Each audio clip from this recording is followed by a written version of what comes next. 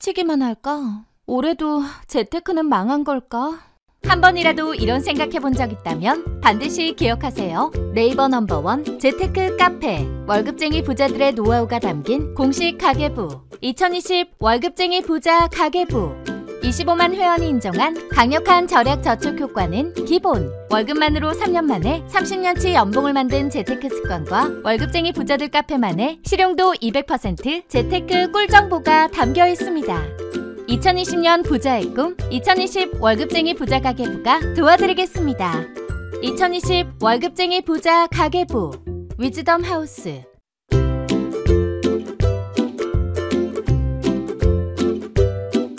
바쁘고 고단한 월급쟁이들의 행복한 투자. 첫 단추부터 똑똑한 재테크. 그리고 걱정 없는 노후 준비를 위해 태어났습니다. 월급쟁이 부자들 팟캐스트 시작합니다.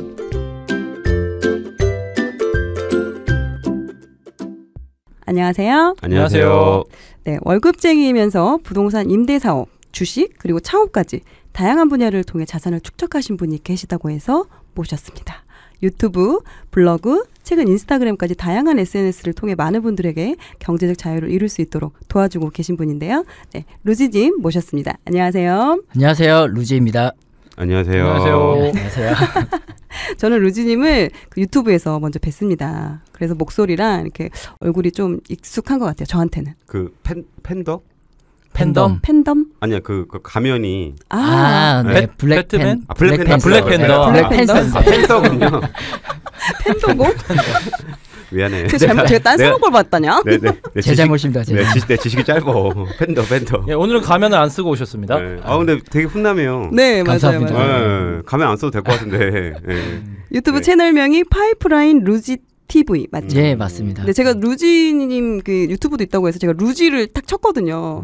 근데 500만 명 있는 사람 나옵니다. 근데 여자애 둘이 나오는 그게 먼저 뜨더라고요. 네. 다른 또 루지가 있군요. 우리 루지님 어디 계시지 하고 열심히 봤더니 하겠습니다. 네. 앞에 파이프라인을 이렇게 같이 쳐주면 바로 이제 나옵니다. 그러니까 루지님은 지금 구독자 수 몇 명이세요? 이제 유튜브는 5천 명 이제 넘었고요. 5천 명이요? 그래요.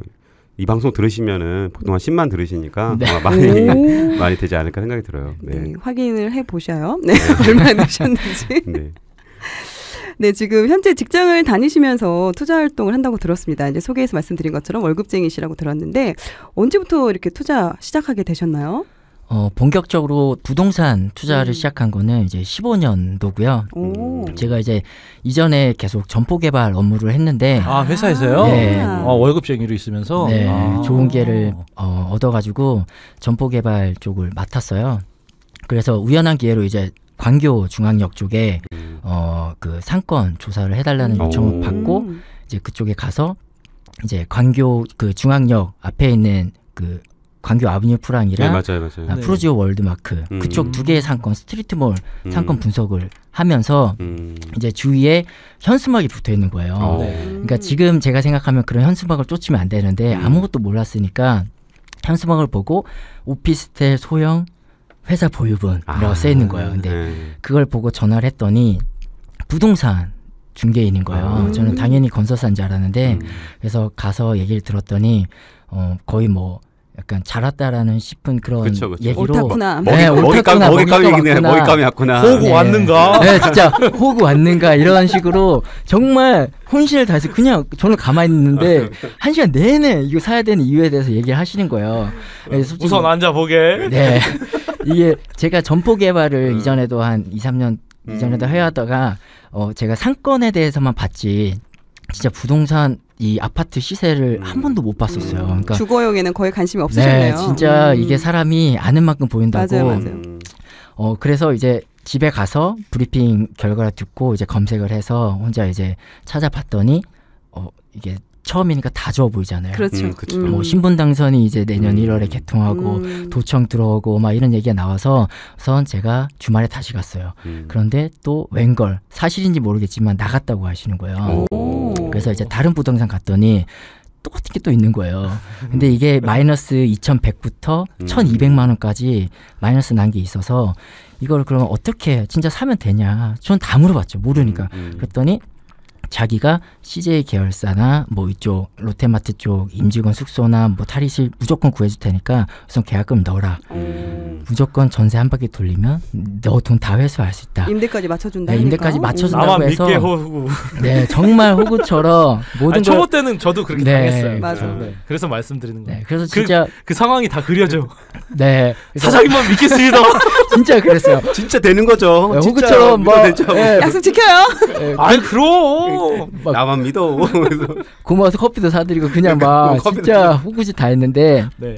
결국은 이분이 진짜 네. 그 회사 보유분 팔면 뭐 돈을 받는데 그것까지 반 주시고 뭐 전세도 못 맞추면 해지한 조건으로 다 계약을 써서 오. 좋은 기회로 이제 그 같은 단지의 몇 채를 몇 사게 된 채를. 거죠. 그래서 오피스텔을요? 예. 그래서 임대사업자를 내고 시등록세 다 면제받고 그게 지금 쭉 가져가서 시세가 올라서 이제 월세로 하나씩 바꾸는 작업을 하고 있고요. 그래서 그게 진짜 큰 계기가 된 것 같습니다. 아, 부동산은 그렇게 하시죠. 지금 시세는 네. 올랐어요? 시세는 우선 사고 한두 바퀴 그러니까 한 3년 지나고 분양가는 회복하고 네. 그래도 지금은 제가 1억 7천대 샀으니까 지금 한 4천씩은 아, 4천씩. 올라간 뭐 매도해야지 네, 그쵸. 그런 거지만 네. 그래서 결과적으로는 수익이 났네요. 어쨌든 매도하진 않았지만 네. 시세로 초심자의 봤을- 시세로 행운이 봤을 때 초심자의 운이 행운이죠. 좋으셨네요. 네. 해피엔딩이네요. 모든 게 운이 좋아야 되는 것 같습니다. 뭔가 자기를 믿으면 안 되는 실패 것 사례가 같습니다. 나올 줄 알았는데 실패 사례 엄청 많습니다. 근데 일단 첫 시작이 좋으셨네요. 네. 그럼 또 투자자로 나오신 저희가 이제 게스트분들에 대한 필수 검증 시간입니다. 네, 2018년 7월에 올린 순자산 9억 달성글을 보았는데요. 네, 얼마나 더 늘어나셨나요? 네. 사실 제가 이제 현금 흐름을 창출하고 있는 게 월 한 1,500에서 1,700 해서 200 사이로 왔다 갔다 하고 있어요. 그래서 그거를 반영했을 때 제가 뭐 원리금 내고 생활비 쓰고 하는 거 해가지고 뭐 1억 정도가 1년 만에 좀 모였으면 그걸로 이제 최근에 이제 4월 달에 분양권 2채 잔금 치르고 그리고 용산에 근린생활시설을 매수하고 그리고 최근에 일주일 전에 이제 송도 쪽에 실거주로 미리 옮겨갈 때를 한번 잡았거든요. 인천 송도요? 네. 아, 되게 그쪽이신가 보군요. 아, 그쪽 아닌데 네. 그냥 제 머릿속에 항상 그런 게 있었어요. 왠지 이렇게 좀 여유로운 곳에 살아야지 내가 앞으로 살아가면서 좀 좋은 기운을 받을 수 있고 내가 지금 하고 싶은 이런 컨텐츠 활동 이런 활동을 좀 더 잘할 수 있겠다는 생각이 들었어요. 왠지 모르겠어요. 그리고 와이프도 맨날 송도 얘기를 많이 해서 지금은 어디 사시는데요? 지금은 이제 서울이신가요? 아니요. 원래 평촌에서 살다가 지금은 평촌. 경기 광주에 있어요. 그래요? 광주 송도 쪽이시구나. 되게 멋있죠, 솔직히. 가면은. 근데 이쪽 되게 멀리 네. 이동하시는 건데 네. 직장 출퇴근이 괜찮으시려나 모르겠네요. 그래서 그럼 힘들죠. 지금 순자산 9억이었는데 이미 그러면 9억이었는데 지금은 이제 그런 거 반영하고 이제 용산 물건을 조금 더 싸게 사고 이제 마포 쪽에 재개발 물건 잡아놓은 게 있어서 그게 좀 반영돼서 그냥 한 12억 그리고 좀 호가 기준으로 하면 한 13억 5천 되게 정도까지 젊으신데. 보면 될 것 나 같아요. 시작한 지도 얼마 안 되셨는데 되게 빨리 불리시네요. 젊으시네. 진짜. 지금 한 30대 초반 네. 정도 돼 보이세요. 이렇게 젊으신데 그럼 투자는 시작한 빠르시다. 2015년에 처음 시작하시고 그 이후로 쭉 해보신 거예요? 부동산 투자는? 실제로는 이제 부동산 투자는 15년인데 제가 그래도 이렇게 할 수 있었던 건 이제 14년도에 우연한 기회로 이제 창업을 하면서 거기서 이제 현금 흐름이 좀 나오면서 그게 조금 바탕이 돼서 좀 자신 있게 했던 것 같은데 기회를 잘 만나서 그런 거고요. 지금은 근데 그렇게 하면 안 되겠다는 생각을 많이 하고 있어요. 근데 직장을 다니시면서도 창업까지 또 하신 거예요? 대단하시네요. 정말 열심히 사셨네요. 열심히 사셨네요, 진짜. 그럼 자산이 대부분 그 부동산에 이렇게 있는 건가요? 아니면 주식인가요? 어느 정도 비중이? 되나요? 월급쟁이 기준으로 보면은 누구나 다 부동산 자산이 거의 90% 이상일 거예요. 왜냐하면 돈은 없는데 내 소득 대비해서 부동산 가격은 워낙 비싸다 보니까 10배 이상 가잖아요. 그러다 보니까 대출을 이제 일으켜야 되니까 그렇죠. 보통 이제 부동산 자산이 90% 이상일 수밖에 없는 거죠. 그죠? 저도 지금 90% 정도 나오죠. 전세금을 들고 있더라도 그게 다 그럼요, 부동산 예. 자산. 맞아요, 그렇죠. 맞아요. 네. 그러면 그 비중을 앞으로도 유지를 하실 건지 아니면 좀 더 변경을 해 나가실 건가요? 네, 무조건 변경을 해야 되는 게 맞습니다. 그래서 제가 이제 1년 반 정도 전에 1년 반 전쯤에 이제 미국 주식이라는 그쪽에 이제 관심을 두기 시작했고 이거 관련된 사람들을 좀 많이 만나기 시작했어요. 그때 봤더니 저희가 지금 부동산을 투자를 하든 뭐 한국 주식을 사든 우리가 지금 사는 것은 원화 자산이고 한국이에요. 그러니까 우리가 뭐 부동산 투자하면서 뭐 경매도 하고 상가도 하고 오피스텔도 하고 뭐 토지도 사고 한다고 하지만 결국은 우리는 한국에 있는 원화 자산에 100% 집중 투자를 하고 있었던 거거든요. 근데 제가 이 얘기를 듣고 나서 진짜 굉장히 충격을 받고 그때부터 이제 나의 자산 목표를 부동산으로 뭐 총자산 얼마 한다 이런 것보다는 이제 약간 금융자산을 이제 10억 차라리 그렇게 가져가는 걸 좀 목표로 삼았어요. 왜냐하면 상관관계가 없는 종목끼리 가져가야지만 우리가 기회를 또 얻을 수 있는 거거든요. 리스크 해지도 되고요. 그렇죠. 리스크 해지도 되고요. 그래서 요 관련된 내용은 제가 이따가 좀 더 자세하게 설명드리겠습니다. 사실 또 직장생활만 해도 쉽지 않고 저희도 뭐 부동산 투자를 주로 하고 있긴 하지만 이게 만만치 않잖아요. 근데 주식, 사업, 임대소득 그리고 콘텐츠 생산까지 정말 각각의 한 분야만 파도 정말 어려울 것 같은데 이렇게 다양하게 이렇게 여러 분야를 하시는 이유가 있으신가요? 루지님은 지금 직장생활 하시고 계신 거죠? 예. 아, 네. 아까 맨 처음에 얘기한 것처럼 제가 그 상가만 봤던 그 시절에는 이 부동산에 대해서 전혀 관심이 없었어요. 심지어 회사 일로 보신 거였었잖아요. 네네. 그래서 부동산 가서 사장님이 뭐 이쪽 아파트 뭐 시세가 어떻고 얘기를 해줘도 정말 신경도 안 썼거든요. 근데 제가 느낀 게 저는 우선 젊고 그리고 지금 젊은 나이에 실패를 해도 일어설 수 있다라는 그런 자신감이 있었거든요. 왠지 모를 그런 자신감이 있어서 우선 다양하게 여러 군데를 막 하면서 실수를 통해서 뭔가 빨리 배우고 싶은 그런 욕망이 있었어요. 그리고 우리가 지금 살아가는 세상이 이제 복잡계 세상이잖아요. 이 복잡계라는 게 언제 어디서 어떻게 무엇이 왜 어떤 식으로 터질지 아무도 예측을 못하는 거거든요. 내가 1을 넣었을 때 1 더하기 1은 2가 아니라 1 더하기 1이 10이 나올 수도 있고 내가 이게 어떻게 안 좋은 결과가 나타나도 이게 왜 어떤 결과 때문에 이렇게 나타나는지 알 수가 없는 세상에 살고 있는 거예요. 그래서 이것은 무슨 말이냐, 내가 지금 맞다고 생각하는 것조차 완벽하게 틀릴 수 있다는 거, 거기에 대한 초점을 맞추고 작게 여러 건 한번 다양한 분야를 막 섭렵하고 싶은 그런 욕심이 생겼고, 그게 아까 얘기한 것처럼 제가 하던 일에서 다른 관심 분야를 제가 모르고 살았던, 그게 가장 컸던 것 같습니다. 루지님, 사실 이 방송 들으신 분 중에 복잡계를 좀 약간 이렇게 잘 모르시는 분도 많이 계실 것 같아요. 저 몰라요. 혹시 복잡계를 좀 간단하게 설명해 줄 수 있으세요? 복잡계는 우선 뭐가 언제 어디서 어떻게 터질지 정말 모르는 세상이고요. 네. 그러니까 내가 1을 투입했을 때 그에 대한 상응하는 대가가 정확하게 돌아오지 않는 세상이에요. 그러니까 내가 지금 맞다고 생각하는 것조차 100% 틀 수 있다는 거죠. 근데 사람들이 착각하는 게 자기를 과신한 나머지 내 모든 돈과 내 모든 그런 내가 알고 있는 걸 다 이용해서 집중 투자를 하는데, 네. 복잡계이기 때문에 그렇게 하면 안 된다는 거죠. 그래서 작게 여러 건에 다 씨를 뿌려 놓는 거죠. 그래서 그 중에 하나가 터지면은 승부를 볼 수 있는 사회가 복잡계고, 복잡계라는 말은 결국 우리에게 기회가 있다는 얘기예요. 왜냐하면 대기업에서 이런 유튜브나 이런 인스타나 이런 페이스북 같은 키우는데 왜 그들이 왜 100만 유튜버가 안 나와요? 그러니까 돈이 있어도 안 되는 세상인 거예요. 그래서 우리는 돈이 없을수록 복잡계에서 삶을 좀 복잡계에 좀 걸어야 된다고 저는 보는 거고요. 그러니까 한 분야에 뭔가 집중해서 올인해서 하는 게 아니라 약간 이제 조금씩 다양한 분야에서 본인이 이제 그 어떤 걸 시도를 하면은 그 중에 이제 하나가 뭔가 터져가지고 이제 본인이 이제 어떤 성공이나 이런 부분을 갈 수 있다 말씀하시는 그런 부분이군요. 네네. 그러니까 한 가지에 집중하라는 말도 있고 이제 다양하게 하자는 이 반반의 사람 있잖아요. 그쵸. 그런데 저는 우선 나이가 젊고 제가 가진 자산의 한계가 있잖아요. 그런 지금 믿고 있는 거 이제 현금 흐름을 믿고 있는 것뿐인데 이 또한 언제 깨질지 모르는 거기 때문에 지금 나이가 젊을수록 경험을 사자는 그런 입장으로 뭔가 계속해서 좀 도전하려는 게 있어요. 나이가 많아서 내 자산을 나중에 어차피 투입해서 한 번에 있는 것보다 지금 젊을 때 좀 저렴하게 여러 가지 경험을 살 수 있는 그런 기회를 얻는 게 제 좀 주된 목표인 것 같아요. 그렇군요. 네. 네, 현금 흐름을 늘리기 위해 좀 많은 고민들을 하신 것 같은데 그 현금 흐름의 중요성을 이렇게 느끼시는 이유가 어떻게 될까요? 네, 사실 제가 이제 몇 번의 좀 역경이라고 해야 되나요? 그런 경험이 좀 있었어요.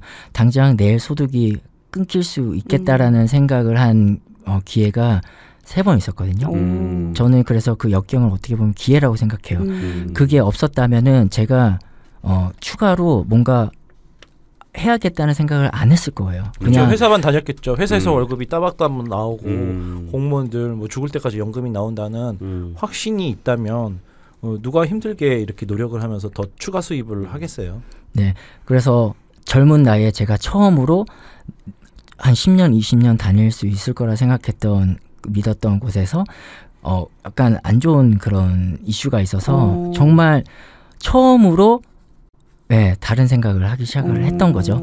그래서 나의 지금 소득과 내가 가진 자산이 언제든지 무너질 수 있겠다라는 생각을 한 거야. 근데 지금 내가 내 노동력과 시간을 투입해야지만 돈이 나오잖아요. 근데 그걸 한번 깨닫고 난 이상은 자산에서 돈을 벌어야겠다. 그리고 컨텐츠를 통해서 벌어야겠다.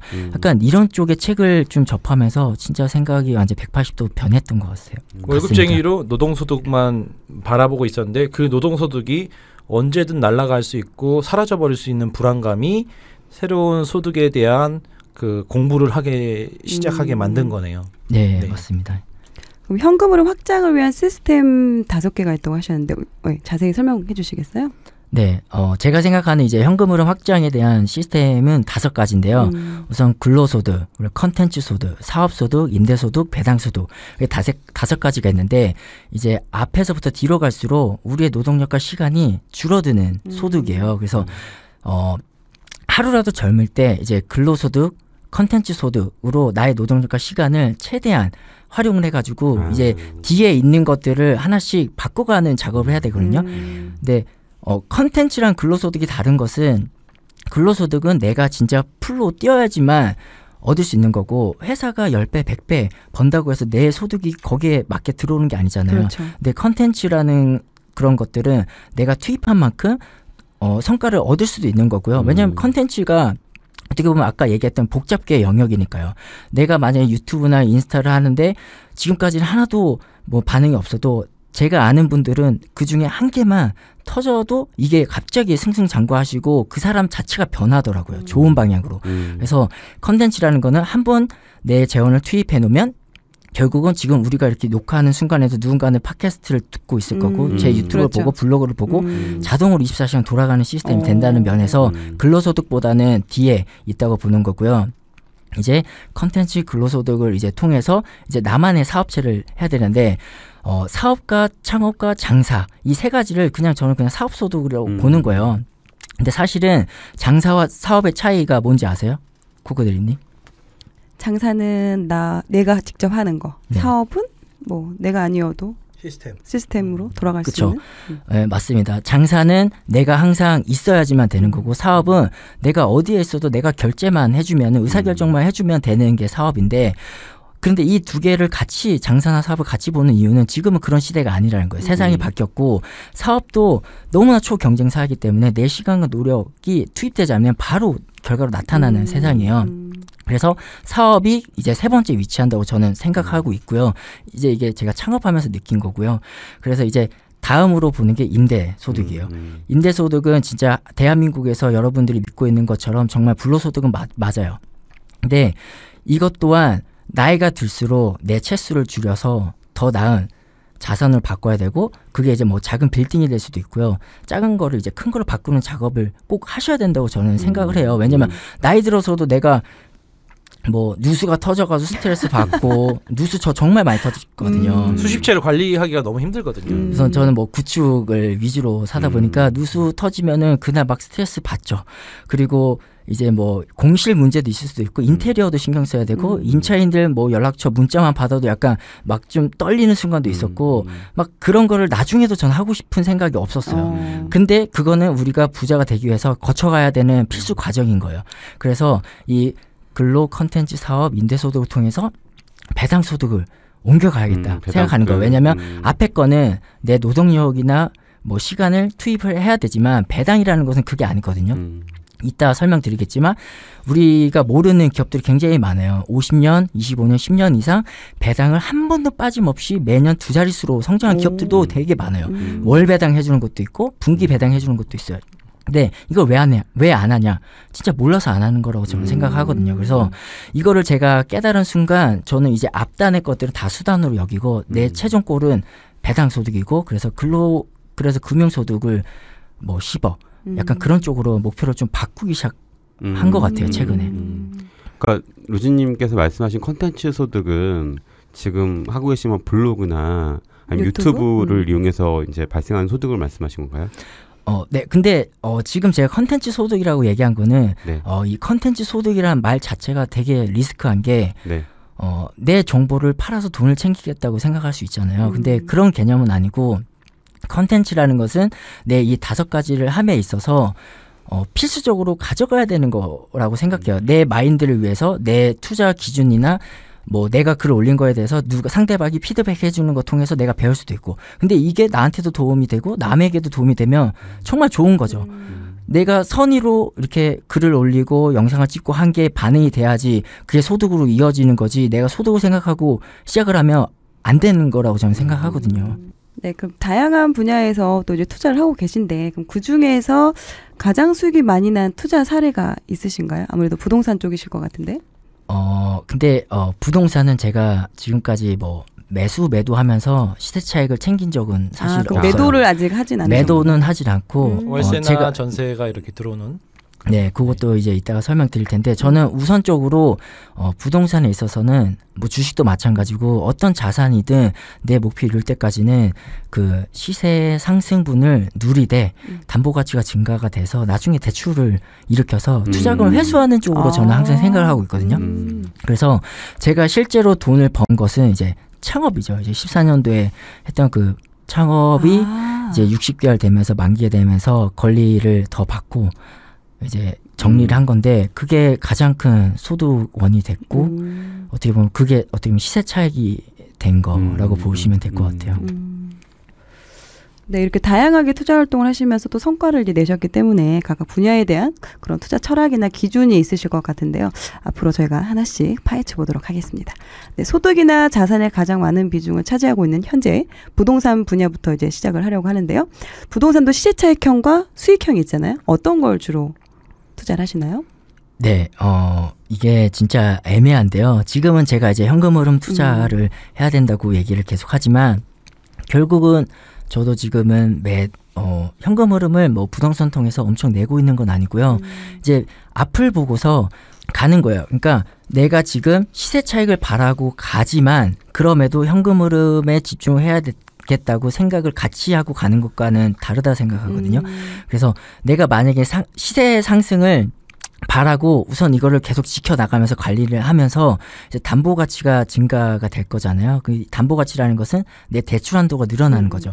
만약에 2억에 내가 집을 샀으면 이게 뭐 10년 동안 꾸준히 관리해서 3억이 되면 이제 3억에 대해서 60% 대출을 받으면 1억 8천이잖아요. 네. 그럼 1억 8천에서 임대보증금 2천 받고 하면 저는 이제 투자금을 다 회수했는데 대출 이자를 내고 월세를 받으면 플러스 현금이 나는 거죠. 그래서 내 투자금을 매도해서 회수하는 게 아니라 이걸 가져가면서 대출을 통해서 레버리지를 임대보증금이나 대출 레버리지를 이용해서 회수를 하는 쪽으로 그렇게 잡아가고 있어요. 그럼 또 부동산 투자 시 그 루즈님만의 투자 기준은 어떻게 되나요? 네, 투자 기준은 저는 우선은 땅을 굉장히 좋아하거든요. 땅을 기초로 해서 모든 거를 평가해요. 그게 뭐 구축 부동산이든 뭐 신축이든 뭐 빌라든 모든 걸 이제 땅을 근간으로 시작하는데 이 땅을 어디에 사야 되냐? 당연히 서울 수도권인 거죠. 그래서 아파트의 경우는 이제 수도권 서울 지역에 구축 아파트, 누구나 좋아하는 그런 대단지 구축 아파트를 이제 사는 건데 땅 지분이 평형 대비해서 50% 이상, 그리고 이 땅 지분 가치를 실제 매매가 대비해서 계산을 해보는 건데요. 이제 그거는 이제 리얼티 price.kr이라고 이제 국토교통부 그 사이트 가면은 조회할 수 있어요. 그러면 내 땅의 공시지가 곱하기 평형했을 때 이게 이제 매매가 대비해서 몇 프로 차지한지 그런 걸 평가해서 50% 정도가 넘어간다. 그러면은 구축은 사도 된다고 저는 생각을 하는 거거든요. 왜냐면 제가 사는 구축은 입지가 굉장히 좋은데요. 입지가 좋고 어차피 25년, 20년 지난 것들은 이 상품 가치는 다 떨어진 상태거든요. 그럼 뭐냐? 땅값이 올라가는 건 우리가 다 알잖아요. 그러면 이 땅을 내가 최대한 매매가 근접하게 사면 어차피 상품 가치는 없기 때문에 땅값은 계속 올라가기 때문에 이게 역전하는 시대가 오는 거예요. 지금 이 구축 자리가 좋은데 왜 옆에 신축이 들어서겠어요? 자리가 없으니까 그런 거잖아요. 그럼 어차피 신축도 10년, 15년 지나면 구축이 돼요. 그러면 얘는 땅 지분이 적고 입지가 떨어지기 때문에 나중에 보면은 구축이 역전할 수 있는 기회가 오는 거고 그래서 제가 계속 보유하는 입장을 취하는 거예요.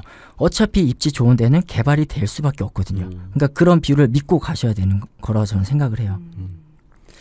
말씀하신 것 중에 서울 수도권 위주로 이제 투자를 하신다고 그러셨는데 그럼 지방 쪽은 안 보시는 건가요? 지방은 제가 이따가 실패 사례로 좀 우울하게 소개해드리겠습니다. 제가 지방 투자를 하지 않는 이유에 대해서 얘기드리겠습니다. 겪으신 게 또 있으시군요. 알겠습니다. 그럼 실제로 그런 기준으로 그러니까 말씀하신 것처럼 땅의 가치를 더 이렇게 먼저 보고 그런 기준으로 투자한 사례가 있으신가요?